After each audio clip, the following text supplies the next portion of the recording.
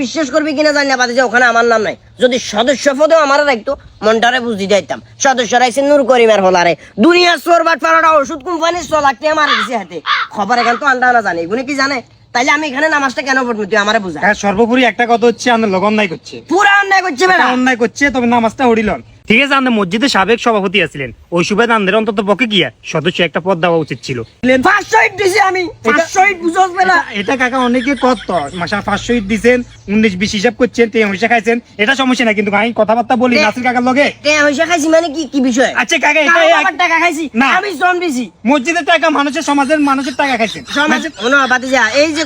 কথারে কিন্তু গুরর কথা খুব মারাত্মক ভাবে গুরর তোমারও এতে হুঙ্গে দিছে না কাকা না। শুনে নাই নাসির কাকার লগে কথা কমু আমাদের সদস্য পদ দিবলা কমু লাভ- সদস্য হিসাব রাখবো নাসিরের লগে না হ্যাঁ হাতের লগে কথা কইলে তোর নাম টাম যদি থাকে তোর টো কাটে দিবে হাতে এরকম হাতে নিজে চিন্তা করে এবার বুঝেন আপনি কি কাজটা হইতে হারেন এই কারণে আমাদের সদস্যত্বের রায়ন মিয়া কাজটার লোক নামাজও হইতে না মনে হয়।